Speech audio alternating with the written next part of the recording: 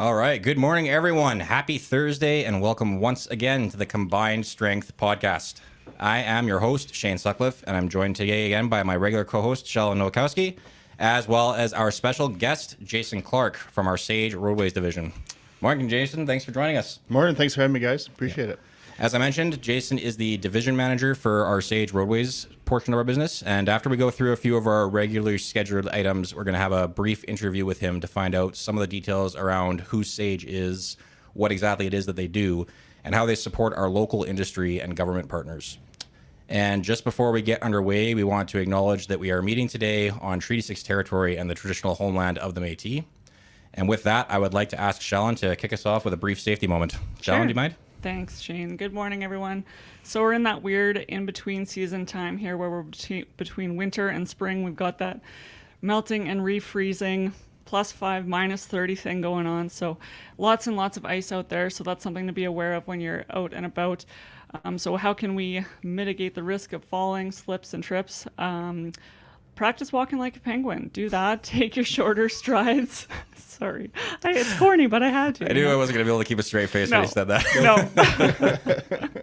But shorter strides, plan your routes. If you can avoid any icy patches, do so.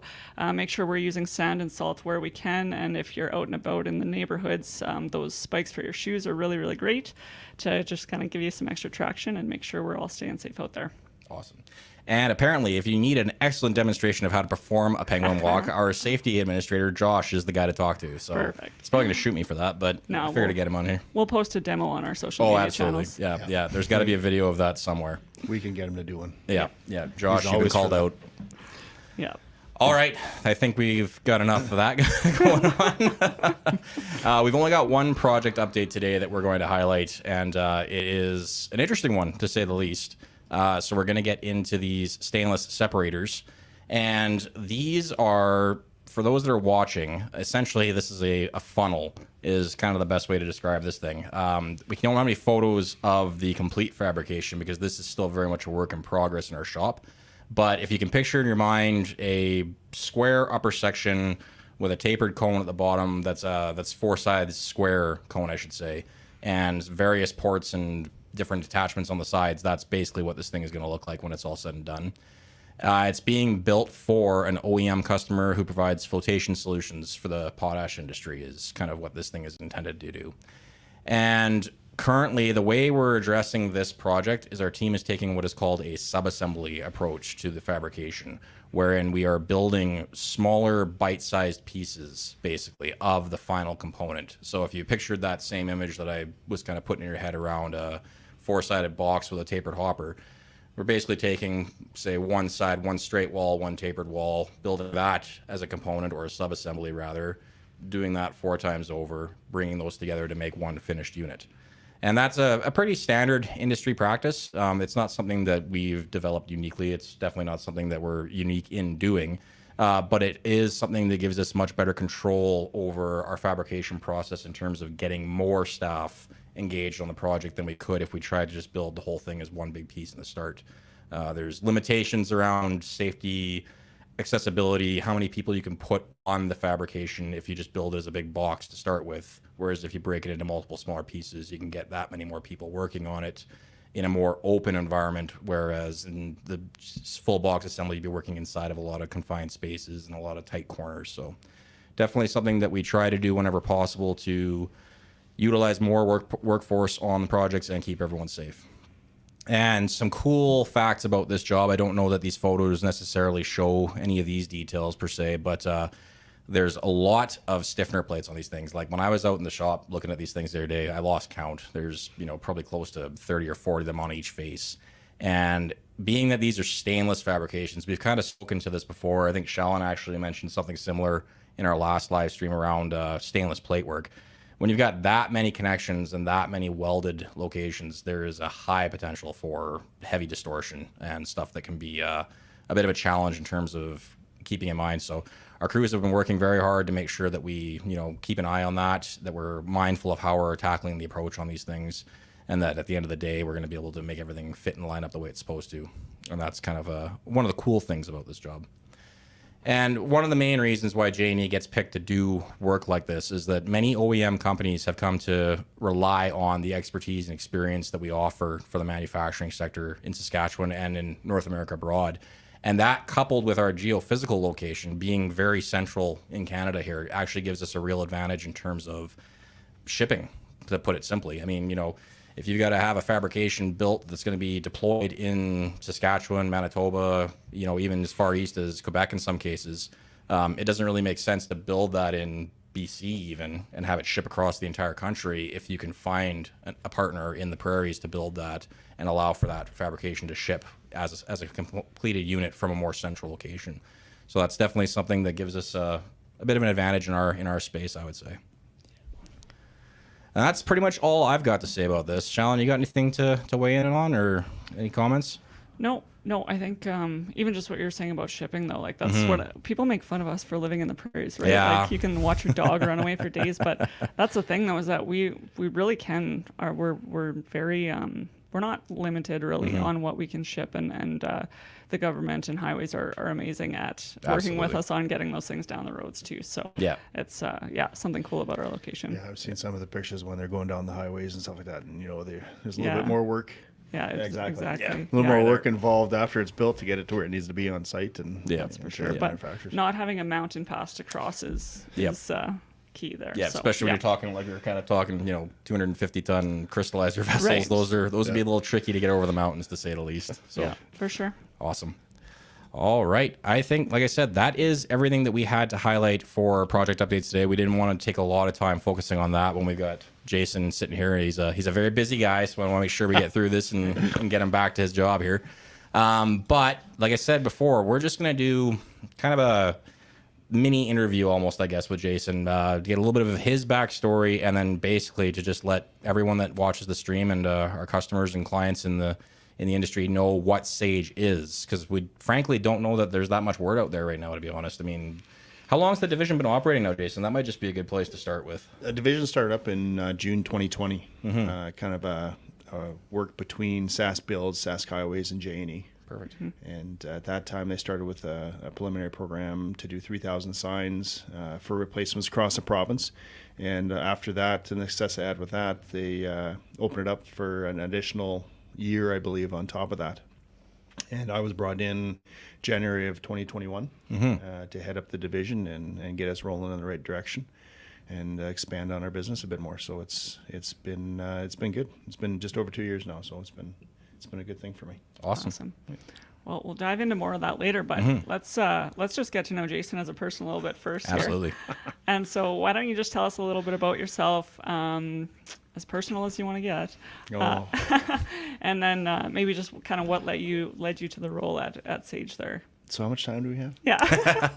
As much or as little as you want to give us. Yeah, I can start rambling. My wife will shut me down when I start doing that, but she's not here today. So That's right. But my background, I'm a mechanical engineering technologist by education through SAS Polytech, or at that time SIAS. But out of that, worked for a few other manufacturing companies.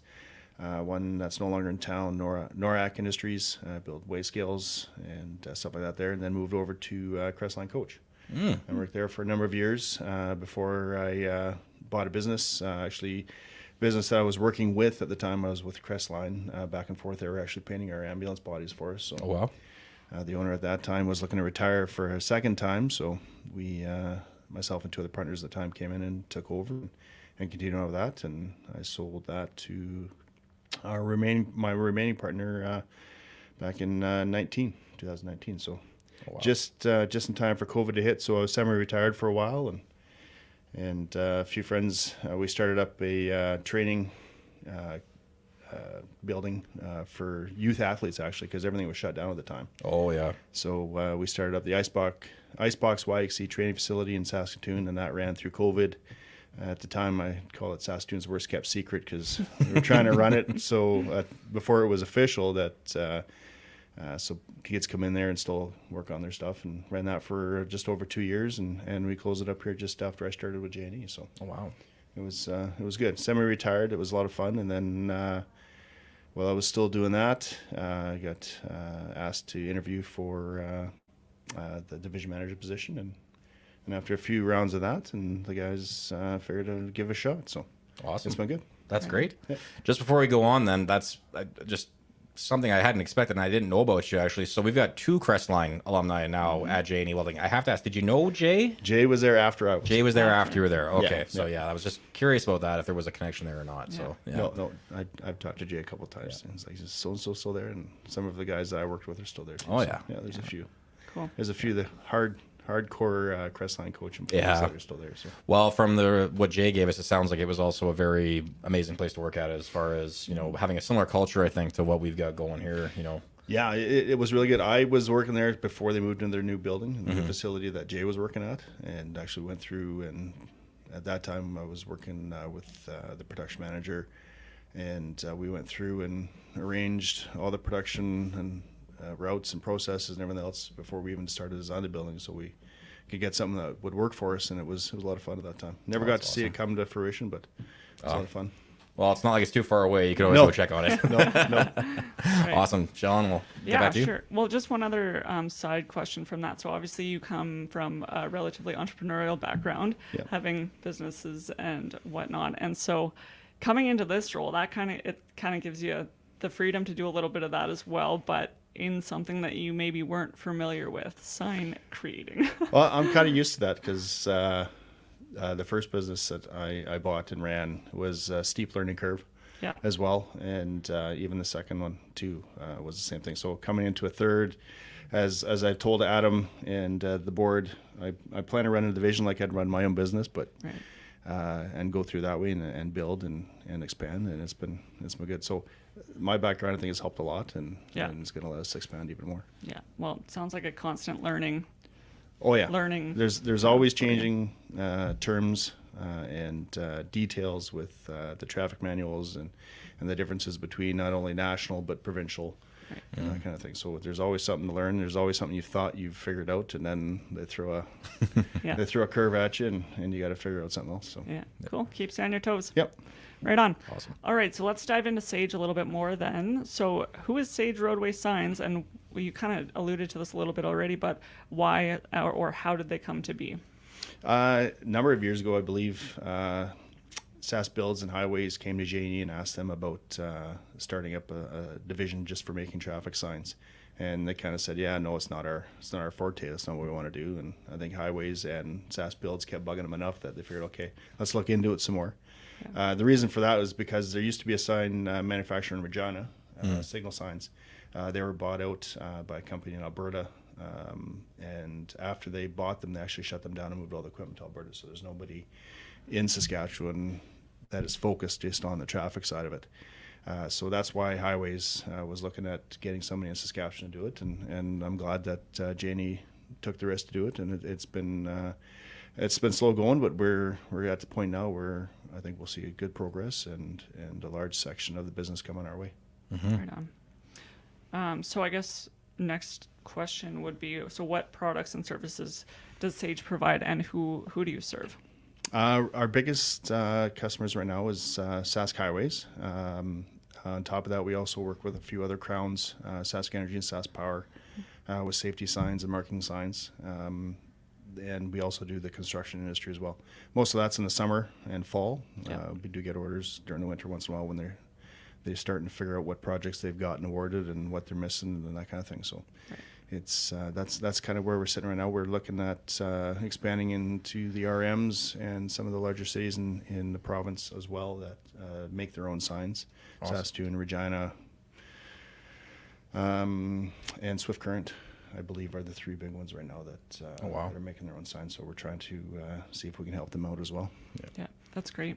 Well, Sorry, I was just going to say, just one question here, and I'm not sure, Sean, you might have had plans to ask this later, but to me, I'm completely ignorant as to the sign industry in general, but it didn't seem like something, when I was thinking about it a few months back, it doesn't really seem like an industry that would have a lot of repeat business, as in, I don't expect, when you see those big highway signs, it's not like they're falling off the posts every couple of days and you got to replace them. What is the order makeup? How do you get that kind of information? Do you know these are new build signs going on new posts, or is this there's a certain percentage of it that it's damaged replacements? Yeah, we kind of get that through the orders. with every customer kind of what the project is and what it's for. But you'd be surprised every year the number of signs in Saskatchewan that are replaced due to being knocked over by snowmobilers, snowplows, trucks, weather, baseball bats, shotguns, you name it. Signs get damaged across the province, and you'll see them on the highway. Yeah. And it's like an old redneck story, I guess, when guys are driving down the road, drinking beer, and shooting signs. 'Cause that's what else to do. But stuff like that. But there's always new projects, and when they redo the roads or corridors or that kind of thing, they tend to redo the signage for better road safety. That's the number one priority of highways with the signage programs. Make sure the roads are safer so guys can see the areas coming up that they need to be a little more cautious. Oh, okay. Speed, especially curves. Yeah. Hills. It's nothing better than driving at night with no traffic lights, and all of a sudden the road looks like it disappears. And you get that little advance warning, and away you go. So that's the number one concern there with road safety is with the traffic signs. So. Well, and as you spoke to that too, I have to think as well. I'm imagining. I mean, road signs aren't a new technology; they've been around for as long as we've had roads. There's probably a lot of cases where I'm suspecting we do have new technology that's better these days than what was deployed in, say, the 60s and the 70s and stuff like that. So there's probably a lot more like high visibility reflective material that we're using these days, and a lot more. Do you see, like, I guess beyond just the standard new builds and the replacement damage, is there like a program in place to address old infrastructure and like get it updated to match kind of the new top of the line, so every to speak? year, highways, as an example, every year they go through, each area goes through every sign in their area to check. They'll check on how long the sign's been on site. They go and check to make sure the reflectivity is still high enough. The sign isn't damaged, that kind of thing. And just UV breaks down everything over time. Of course. So after time, especially older technology, you'll see the signs fade, unreadable, no reflectivity left in it, and that's when they start marking it up to bring in a new sign to replace that. Excellent. And that has changed a lot over the years, and it is ongoing with reflectivity. Oh yeah. With between your different grades, engineering reflectivity to high intensity prismatic to diamond grade, which is a glass base, but that's you can tell. We've got some at the office where got them on the wall, and you can tell just by looking at them which is which, without any lights going on. But when you're on the road, even in the highway, you can tell when you're driving at night which ones are which once you get into it. But as I tell everybody, signs aren't complicated, but they are. It's not hard. That's the best way to put it. It's not complicated to build a sign, but it's complicated to get to that point where you need to build a sign. Just making sure you've got all the standards met, all the specs met, using the North American standard, the manual of uniform traffic control devices, which has got everything listed in there, sizes and designs and all that. The other part that we've got as well is we can custom design the signs, like guide signs, different verbiage, directions, all the big highway signs you see. Oh yeah. So we're not only doing the flat aluminum signs, you'll see your stop signs, that kind of thing, but the big guide signs with extruded aluminum where they've got the different sections. Oh yeah. And it's funny because there's two reasons why it's done that way. One is the overall size, and when the wind's pushing on a flat piece of aluminum, it will bend it. With extruded, it doesn't let it do that. But also when they do get damaged, whether they're hit by a truck that's too tall going underneath them, struck by lightning, that kind of thing, they can replace just sections instead of the whole sign. So that's awesome. Yeah, Makes sense. that was another thing that we do that we started doing with highways. We thought we were ready for it. We weren't quite up to it, but after the first one we got done, we changed the way we do it, more of a European standard. Oh wow. Whereas North American, each individual section of that sign is laminated and the film is put on it, and then they're bolted together. Whereas we would bolt the whole section together up to 4 feet wide, and we put one whole print over it. Oh. So it's much nicer for us to do and manufacture, but also when it comes to installation, I know the highways guys, they'll get every one of those pieces, and it's like a puzzle for them. They got to bolt it all together and then take it out and mount it. Whereas we're sending it to them, they're ready to go. Oh, that's awesome. And they're happy with that. So at least that's what we've been told. I haven't talked to any installers lately, but their bosses say they rather like that a lot. So that's awesome. Yeah. Wow, you're not kidding when you say a fairly simple thing than what it looks like, but there is a lot going on in the background there. Yeah, there's a lot. That's awesome. Well, I learned some today. Yeah, there you go. And just to add to the repeatability comment, correct me if I'm wrong, but doesn't Saskatchewan have the most highway per square kilometer? Yes. Would not surprise so me. I feel like we can't even comprehend the number of signs that are out there that you don't realize, but are in a program to be reevaluated and replaced when necessary? In the last 2 years I've been here, on average, they're anywhere from 1,500 to 3,000 signs a year just on the replacement from damage and worn out. Yeah. And on top of that, you've got new construction and that kind of thing too, where you're adding in there as well. So Phenomenal. yeah. Awesome. Okay, so let's go back to kind of that June of 2020 when Sage really started out. How did that look? Like you said, they came to JNE. We said, not sure if this is our thing. They said, please do it. And we said, okay, we'll try. So then what?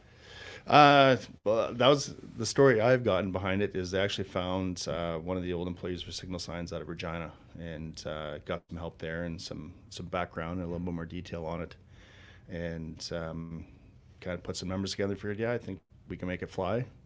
Went out with the original project and to get their feet underneath them, and I think it worked out well. They did a lot of roadways and some projects for Flying Dust Nation and the Highway 39 passing lane project and stuff like that is what we started out with. And so yeah, there's good potential there, and that's why they brought me in, so they could expand even more. And eventually, we're looking to get more market share in the province, and then expand out from there. Yeah. To other provinces, even down in the U.S. if we can. Oh, awesome. Yeah. Awesome. You're doing great. You're answering all my later questions, so I'm going to have nothing to say later. but okay, so here we go. We purchased some equipment. Where were we for space? Where were we working out of, and where did that lead us to next? I remember when I walked in the first day, because it was during COVID, so I couldn't come for a shop tour before I even took the job, and came working to the head office and got brought over to the location of 56th Street, and they walked me into the old Coverall building, and we've got digital printers and laminating and sharing and everything going on right side by side in this old, I was gonna say, dusty probably the Coverall. dustiest building in our entire dusty facility. Coverall. It was fun, that learning what we could do when, type of thing, because at that time they were hand laminating everything, so you'd have to wait until the wind wasn't blowing a certain direction, because it'd blow the dust out when you're trying to laminate, and you get dust underneath, and then the signs, and it was, and in between everything, you're wiping everything down and making sure at the end of the night everything's covered up so you don't come in with everything covered in dust. And we moved, it'll be a year ago, last November, we moved into our own building. I think it was June or July. Adam and Sean came and said, "You got to get out." Yeah. Ian wants his building back, so you got until November. Get out. I seem to recall, actually, yeah, there was a project that was like, this has to go on the Coverall, so the sign guys need to find somewhere else. Right. It was a stainless job that had Something, to be Yeah, and because I don't think we were out yet, and we're already bringing all the material in. And we're like, we got a room for our stuff. So, but we moved in November of 22 or 21, and it was a much cleaner facility for us. Everything got working a lot better for us, production-wise and quality-wise. It's been a good move for us. Awesome. Being in place. I know sometimes everybody forgets about us because we're out there, but Adam calls me every week and make sure we're still the building hasn't burned down, and that we're still making signs. So Yeah. that's been good. Well, I try and come visit when I can too. Yeah, but- that's always appreciated. Yeah. We get the safety treats every month, hopefully, and safety visits from Josh every week. So That's always a good time. yeah. So yeah, those are the good startup stories that we need. Is like the have to wait until the wind's blowing in the right direction to be able to laminate something like that. And so, I mean, even with that too, sign making was not in anyone's wheelhouse, be it yours or JNE's. And so there's stuff like that. So maybe talk about the learning curve of like just stuff like that you would never think of that you had to consider, or even that you guys, once you moved into your new place, there was a lot more that you kind of figured out as you went and kind of had to MacGyver your way through some of it. Yeah, well, when Sage was started up, the first known employee was Dean Dittmer. He's still with us today. Yep. And Dean kind of took it and just ran with it in terms of trying to figure how things are made and do that. I always helped a lot with him, which as well, but Dean took it and ran with it. By the time I came in January, the basic process was there, and we made a lot of tweaks and brought in a little bit new equipment. We brought in a mechanical laminator that what would take us a full day to laminate by hand, it does it in 15 minutes and stuff like that. That really help us out and get our productivity up and quality up too. That was always fun, and I had a little bit of trouble with that when I first started. Trying to get two pieces of tape to stick together without wrinkling and everything else, and it's like, it was a little bit fun. But he's got with the digital printing was something as well. In the old, there's some guys still do it now, but the old way to do it would be screen printing. So they wow. take the Right. sign, put the film on it, and then screen print over top of it. Really? Yeah. Whereas what we do with digital printing allows us a little bit more flexibility in what we can do at the same time. Not only we've got 2 digital printers now that are traffic color certified. If you believe that, your traffic colors have to be a certain color. Makes sense. Yeah, well, You mean black, not black? yeah, black? there's a traffic black, traffic blue, green, red, yellow. Yeah, all that's there. It has to be specific colors, Wow. and that's based back on the manuals. Again, it's not complicated, but it is. That makes sense. Yeah. So we've got 2 printers now, so now we can be printing multiple sizes of film, not only multiple signs and work orders and packages at the same time. So it's come a long way for us. That's awesome. Yep. Right on. So the development of Sage roadway signs not only brought sign production back into the province, as you spoke about earlier, but it created some employment opportunities too with Dean, obviously, and more to follow. So maybe talk about that, kind of who you've been able to bring on, what that looks like as you expand and grow, and maybe the future of employment opportunities there. Yeah, so when I came in, Dean was the only full-time employee we had. We had borrowed some other people from JNE, some of the fabricators, to help out as he needed it, which was bonus for us. I came in and we kind of looked at what needed to be done. The first kind of position we brought in on top of that was a graphics designer, Makes sense. graphics tech. So she does all our Adobe Illustrator, all our Flexi design and all that stuff for us. So everything prints out and meets spec. It takes a lot of guesswork and a lot of the double checks and triple checks we were doing before. She's got more background. That's Shelley Wickham, and she's been with us for she'll be coming out 2 years here in July, I believe.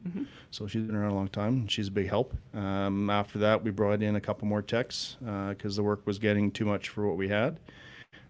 So we had some summer student employees as well. And we kept one of those. He works part-time while he's at school for us as we need him. Nice. That's Harley. Harley's a big help too. We've also got Colin. Colin is my new right-hand man. He's the production supervisor for us, and he's been a huge help for us and is getting us, between me and him, are moving things along in advanced production so we can meet our future needs. Awesome. And we've also got Megan Jansen as our newest employee. She started last year, and she's picked up everything real well and super quality oriented and likes to make sure things are done right and likes to be able to do everything, which is one of my production philosophies is cross-training, so everybody knows how to do everything. So if something happens or you need double shifts or double people working on stuff, everybody knows what they're doing. So it's been a big help. It's a great crew. And we're working well together, and we hope to expand that in the future. Yeah. Yep. Yeah, you guys certainly have a great crew over there. They're always having fun. They got a great culture, and they all really work well together. And I've spent some time over the past months with them, just kind of figuring out what they do, trying to making a sign on paper, which is more complicated, I see. But we got our process procedures finished doing that and get everything done. Yeah, but I've never come across a more helpful crew. Every single one of them was incredible, and just That's awesome. I appreciate that. yeah, they're awesome over there. Yeah, I think so. Yeah, fantastic. So you kind of spoke a little bit about maybe what the future looks like for Sage as well, where you see the business going in Saskatchewan. You said potentially into other provinces as well. How do you see this expanding and growing over time? It's going to take a bit. People like their sign manufacturers, so that's hard to change. We've got our first main is the province, like I said, with the RMs. They do a lot of their own signage in their areas, and also the cities as well, Saskatoon, Regina, that type of thing. We're also looking to expand a little bit more into the construction side, having sign holders and that stuff in stock. So when those guys need them, we can get that out to them right away at a good cost and help them out. And that's kind of what we're on that side of it. With construction, it's there is some planning there, but most of it is response to immediate needs. Right. And with the way we've set up production and with the technology we've brought in, that allows us to really push on that. So. That's the short term how we're looking to expand. We're trying to get. I'm trying to work through our website so we can get online ordering done as well. So then it's easier to push that to other areas of the province, let alone the country as well. So yeah, right on. Yeah. And yeah, just thinking about all of the major projects that are going on in the province in the next handful of years, like the mines, all of that stuff, that those are big sites that would need that. And again, something that I never really thought about before until this kind of came into Yeah, I know. play. It's one of those things you don't think about it. But now every time I'm on the highway driving to Regina or P or whatever for kids hockey or that kind of thing, we'll drive past a sign and I'm looking in the rearview mirror to see who made it. Yeah. Because you can see the warranty stickers on the back. Oh, that's ours. Oh, Yeah. that's not ours. I need to get that one. Sometimes they hit that one with the bat so we can replace that one. Yeah. But it's one of those things you don't notice it until you're kind of involved with it or have seen it somewhere else or somebody you know is doing it. So Is that your Friday night team building activities? You take your team out with trucks and bats? And Okay. I'm just kidding. that's those business watching. development. Yeah. No, we don't do that. No. We don't do that. No, there's enough guys in the. There's enough people doing that out on in their the own. bush doing that on their own. We don't need Make to it help work with that. for you guys. Yeah, exactly. Yeah. Actually, with just as kind of a point to bring up to let the viewers know some of the capacity, that just what you were mentioning about with the fast turnaround time. Maybe that's a good point to highlight is say theoretical situation comes up, somebody comes to you, needs an order of 50 to 100 signs. What does a typical turnaround time look like? I mean, and we're talking like right from scratch, like needs the design work done, needs the materials procured, needs everything handled. It's kind of two different timelines. If it's a standard sign, that's something we can put in production right away. And depending on the quantities, you're looking at 3 days. Oh, wow. If it's an emergency sign like construction during the summer, signs walk away from sites or they've got the wrong signs there and they might get shut down because they don't have the correct sign on site or the correct grade of reflectivity. So that stuff we kind of handle as an emergency situation. We'll put it right in production and depending upon the quantity, we usually get done in 12 to 24 hours. Awesome. So we can get it shipped out or they can pick it up and keep their site going. Wow, that's impressive. And they always get on site and they're missing signs or somebody didn't think about a sign and that kind of thing. So that's kind of what we've been focusing on with construction, trying to get more into seeing what tenders are coming up and watching who wins that tender, and then I can go through it and send them some pricing and stuff on top of that to try to get ahead of it. So try to always keep our name at the top of everybody's mind. And for sure. Well, I mean, we kind of talked about it right off the hop too. I mean, the fact that there's not that much sign manufacturing capacity in the province to begin with. Yeah, couple that with the ability of the fast turn you guys are able to offer. I'm sure there's lots of companies out there that are willing to take advantage of that in terms of saying I've got to do a better job of getting ourselves in front of a lot of them too. Well, there's this helps a lot. Belly always our helps viewer more. audience of about 4 people currently, but still we'll make Spread the sure word, this gets spread the out there word. as much as we can. Yeah. That's awesome. Quick side question. What's the most interesting custom sign you've had to design and build? That's PG rated. Yeah. PG. Well, that's actually the one of the first large extruded signs we did. I should have brought a picture of it, but it was 12 feet by 12 feet. Oh, wow. So it's that would be 24 separate pieces. Wow. That's after we did that. That's when we changed the way we manufactured them. Yes. That was when you went to the European manufacturing method. Awesome. We were having problems with that, and actually I called our equipment suppliers and was talking to them about that. And he actually hooked me up with a guy in Germany who they sell and manufacture the application tables we use. And he hooked me up to another guy, and we kind of talked about it. He says, "Oh no, that's 40 years old doing it that way." He says, "It's too much equipment, too much time. Just do it this way." And it was great. It was good. Awesome. Good conversation for me at 3:00 in the morning. 'Cause he was midday for him, so it was good. Nice. Yeah. Which one was that? It was one of the big guide signs. I've got a picture of it at the office, but I should have brought it. We'll post it with the video. Yeah. I'll dig those up for you and give those to you. Absolutely. That's We got awesome. the guys standing beside it because it was just right up to the top of the garage door, and they covered most of the door. So it was pretty Impressive. slick. Yeah. Cool. Sounds like a lot of problem solving, a lot of teamwork to get these Yeah. things. The other one we've got that I really like and is a big thing for us is the Welcome to Saskatchewan monument signs. Oh, wow. So all the major highways coming into Saskatchewan, it's a 4-piece sign.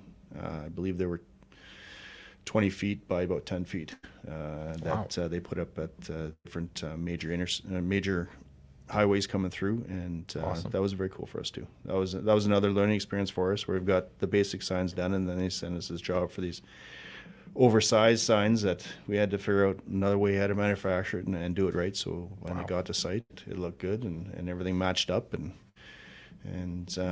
quite proud of those when they were done. That's awesome. I haven't driven out of the province much lately, but I'll definitely be keeping my eye open for that the next time I happen to be going that way. Yeah, you'll see me on the smaller highways coming in and out of the province too. You see the smaller ones we did in that same awesome. package. Yeah. Great. Yeah. Cool. All right. So, how would our listeners get a hold of Sage to either learn more or place an order? You can go to our website, sageroadways.com. It's got contact information there, email addresses. You can email me directly at service@sageroadway.com. You can always call the JNE main office, and they'll get it over to us as well. Perfect. That's the easiest way to do it. Awesome. Well, that's everything I had. Anything else, Shane? No, I mean, that was very informative. I learned a lot today. I mean, I remember my exposure to Sage Shines has basically been grumbling over them being in the coverall when they were still out there and saying, like, I can't get my projects done because I don't have the space. But no, Jason, thank you very much. That was very informative. Great amount of information for our viewers and listeners. And again, if you're in the market, I guess maybe that's a good question to ask. What's the smallest sign you guys have made or are capable of making?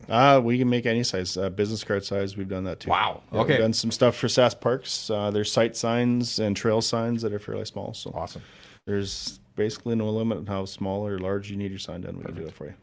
Well, then I'm going to go get one that says Shane's parking spot. I'm going to slam that on the side of the building somewhere out in front of 56. I've already been told we can't do that. Ah, darn it. Against company policy. Against company policy, yeah. I hope I don't get in trouble for that. Awesome. Well, no, thanks again, Jason. We really appreciate you taking the time out of your day to come on the show and give us that background on your history, on the history of Sage. I guess maybe one question I would ask, and I don't know if we've got the information in front of us, but the name, Sage Roadways. Does anybody in this room know where that came from? I might be putting us all on the spot here, and I might have to post a follow-up after the fact. I don't know who picked that name or how it got picked, but it goes back to JNE's and our ownership, 60% Indigenous owned. Yes. And it's a reflection back of that. But Sage wards off evil spirits, all that stuff. So Right. it kind of goes in the safety thing. And Oh, in my excellent. mind, I think it goes in the safety thing as well. Awesome. Ward off all those evil spirits and guys texting and watching videos on their phone when they're driving down the highway. So Well, and that's a really good point to highlight too. I actually forgot to bring that up. Is a reminder that it is an indigenous owned business. So that's another key point to keep in mind when people are looking for partners in the province. exactly. Yeah. Yeah. Right on. Awesome. All right. Well, thanks everyone for listening in. That's going to be the end of our show today. If you liked this or didn't like it, feel free to let us know on our social media platforms. We're always looking for comments about how we can make the show better and what else we can include. Better yet, though, give us a like or a follow on any of our social media platforms, whether that's LinkedIn, Facebook, YouTube to a lesser extent. Follow JNE Welding. Get on there. Follow Sage Roadways. I'm sure we've got some social media platforms for We them. do not yet. Oh, that is on the well, list as well. Call to action then. There you go, Sean. You got some more work to get done. Thanks, Shane. Not to call you out, but yeah, there we go. And yeah, so like I said, get on social media platforms, get in touch with us, let us find out how we can help you out with your next big project or the challenges that you face. Once again, I'm Shane. She's Shallon. He's Jason. Thanks for listening. Thanks, See you guys guys. again next time. Have a great day. Appreciate it.